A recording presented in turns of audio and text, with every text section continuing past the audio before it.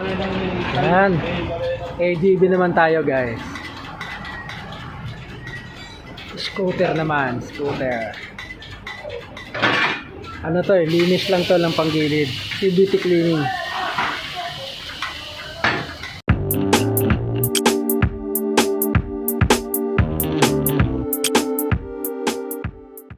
Yun oh. Kasi may nakita akong video. Ito oh. Nakita kong biniyak. Sa PCX yun eh. PCX yung ano niya. Kasi yung may-ari, parang mga 2 weeks before na nangyari yun, nakakaramdam na siya ng dragging.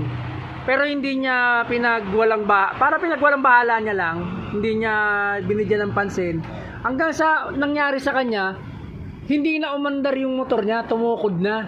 Tapos hindi na rin maiikot ito. Nahihirapan silang itulak kasi hindi na gumagalaw. Nung nakita mo yun, nagkulay violet ba to? Parang Hindi naman ganyan din. Hindi, parang Nag-violet. iba. Tapos parang alam mo yung loob nito, yung gilid niya no. Parang yung alam mo yung bunot. Ganon yung gilid, parang kinain niya yung, hindi ko alam kung lining yung kinain ano o yung ito mismo, anong tawag dito? Bell. Bell o may parang yung bell kinain yung gilid. Sobrang init. Eh ang ano daw Ang mga, yung bola noon, yung mga center spring, hindi na-stop. pero ang ano nung isang ano nung Sa paliwanag? ang paliwanag nung isang mekaniko na vlogger din. Ano siya, parang dapat daw wag nang paabutin ng 5,000 ang pagsi-CVT. Napabayaan. Bakit binutas? Eh kasi nga hindi na gumagalaw eh. Biniyak niya tong ano eh. Para mahugot lang. Oo. Hindi, Parang nag-stack up ko siya. oh, hindi, wala na, hindi na umiikot. Napabayaan mo. Eh, sabi niya, kung meron kayong ganito, na ganitong unit, magkano lang naman ang check-up niyan, sabi niya. 150, check upin, bubuksan lang. Kesa yung mangyayari sa inyo to, mapapagasto pa kayo. Sabi niya. Eh, kung nagtitipid kayo, sobra naman katipiran. Maling paraan ang pagtitipid yon. Kasi nilalagay mo sa alanganin yung unit mo. At ang buhay mo kasi pag... Oh, eh katulad nun. Na ano pa siya sa... high speed ka. Oh, tas alanganing lugar pa. Kasi meron ako nakikita, nagmo-modify sila, binumutas ko yun. Oh, iba pa yun. Yung parang design lang yun. Para sa init din. Sabi, pero para sa akin, sa pantaha, Oo. pag binutas mo to, may posibilidad, bumipong eh. Kasi siyempre, ano na, ito na lang ang mga nagre-reinforce sa kanya. Oh, konti na yung reinforcement Kung niya. stock yung parang i-modify na yun. Oo. Kasi meron kasi nabibili na butas-butas na talaga meron. Naka-design din yun. Oh. Eto sa stock, pag bubutasin mong ganyan, kakatingin, para daw pumasok ang hangin, lumamig. Parang alanganin nila ako. Oo. Kasi, pirsado yan eh. So, mga umina, kaya makikita mo parang gumagano-gano. Para pumapagpag sa loob, nararamdaman. Pag nabay ko, magkakaroon ng wall. Ah, ito, gumagalaw, naglalaro. Oo, tugulit, magkakaroon ng wall page. Okay. Di, magkakaroon ng uka, yung ano.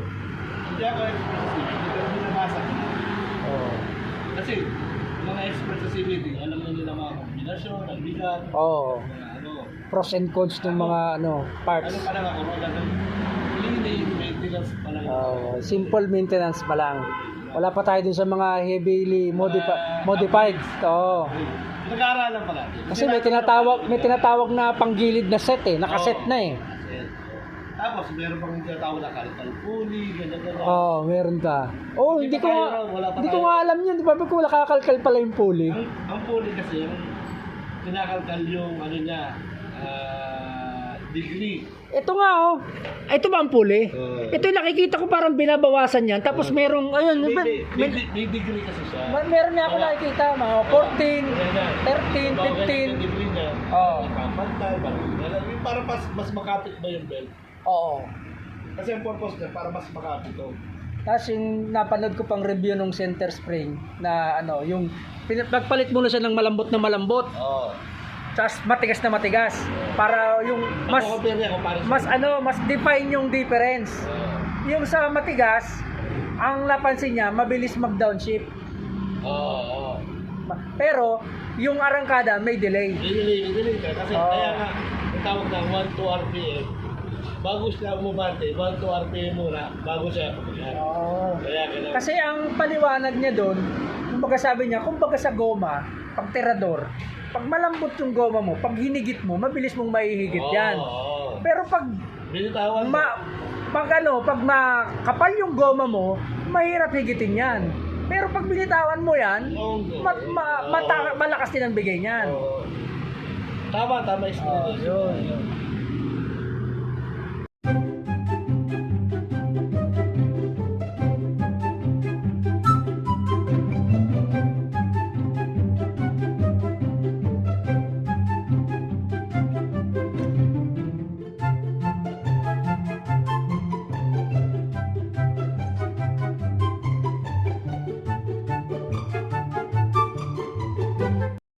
Ayun guys, nakakita tayo ng fly ball dito sa Honda. Punta may Honda rito sa may Del Monte at Corner Cordillera dito sa may Quezon City. So ayan, nakakuha tayo nito, yung fly ball na 19 grams. Ayan. So, nakuha natin, original yan na Honda AD4 para sa ADB 160, 19 grams na fly ball. Ayan. Ayan yung part number niya.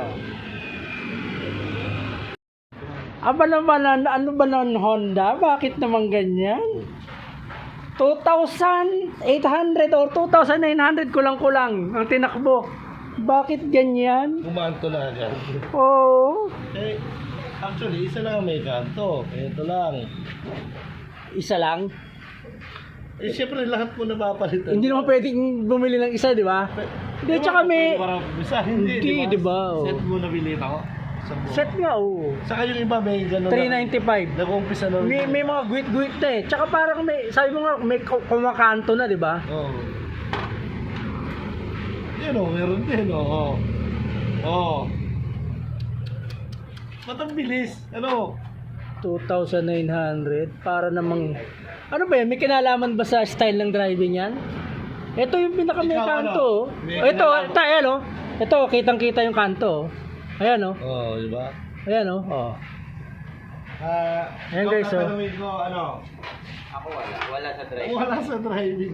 Wala no. So, kasi tinatanong ako nung ano doon, saan ba kayo nagdadrive, sir? Sabi ko sa Laguna. Premature wear. So, premature burner. Oh, kasi parang sinisisi pa yung pagklase ng pagdadrive eh. Yung kung may angkas o wala. Pag pinasibiti mo sa kanila yan, Oh. babalik pa rin yung pwede pa yan. Ayun lang. Oh, pero at saka hindi naman kasama sa warranty. Oh, may kanto na talaga eh. Oh.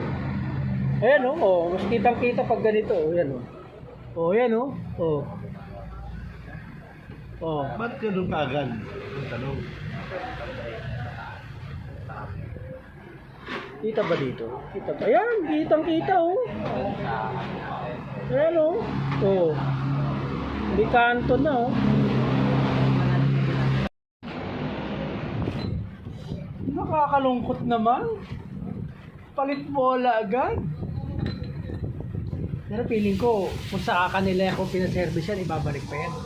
Oo, babalik ka rin. Sabihin, pwede pa, isa pa lang eh. Isa pa lang may tama. Tsaka mabuti ko sabihin, kasi nasa labas ka eh. Oo. Di ba? Minsan ganun. Di ka naman pinapapasok doon sa loob ng ano eh, sa area ng mekanikoan eh. Yung sa repairan eh. Giintay ka lang eh. Ako yung technician ng Honda. Ganun din, nangyayari. Oo, kasi isa gumawa ko ng report. Oo. Nagawa ko ng report. At saka bago pa, baka mamaya. Bagay, sabi mo nga, hindi kasama sa warranty, di ba? I-justify mo yung sira. Oo. Kung standard yung ano nila, yung sa Standard sa Service. sa service nila, no? Kasi ang chief mechanic, monitor yan.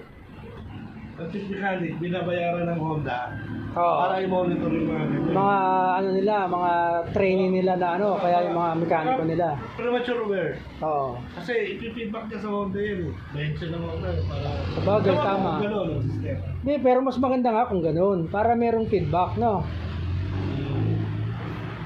Kasi hindi lang naman ito ang narinig kong mga ibang Hindi pa problema. problema sa Honda. Yung mga nag-overheat. Oo, ayan. Mga narinig ko sa page, mga nag-overheat. Yung mga naglalabasang mga premature na signs dyan sa panel. Yung mga biglang nalabas yung check engine.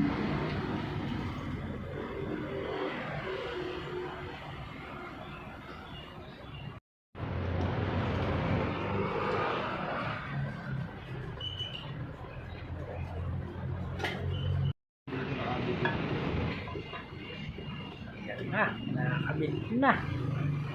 Tapos na ang cleaning.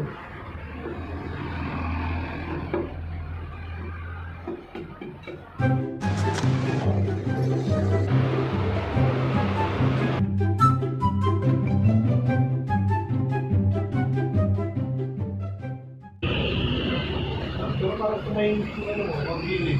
Nalinis eh. Ano talaga ang ano pag nalilinis? Napalitan pa yung bola. Brand new na yung bola. Sa bola, no? Pero stock pa rin. Nasa bola plate pa lang. Ano, Randy? Ayan, 2.8. Tinan nga natin yung ano. Ayan. Pataguhin, tutestingin natin. Ayan o. Wala pa nga tunay no. 2886 oh. Ang bilis naman ano.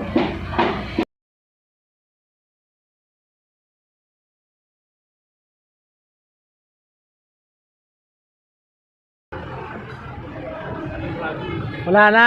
Hey. Ano ba? May vibration na wala no.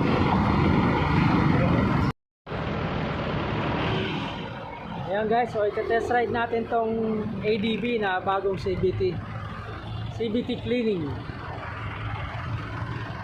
Bagong linis. Tsaka bagong palit ng flyball. Pero ngayon pa lang guys, oh, na ano ko na, oh, naramdaman ko na yung pagbabago niya. Parang ano yung vibration niya nabawasan.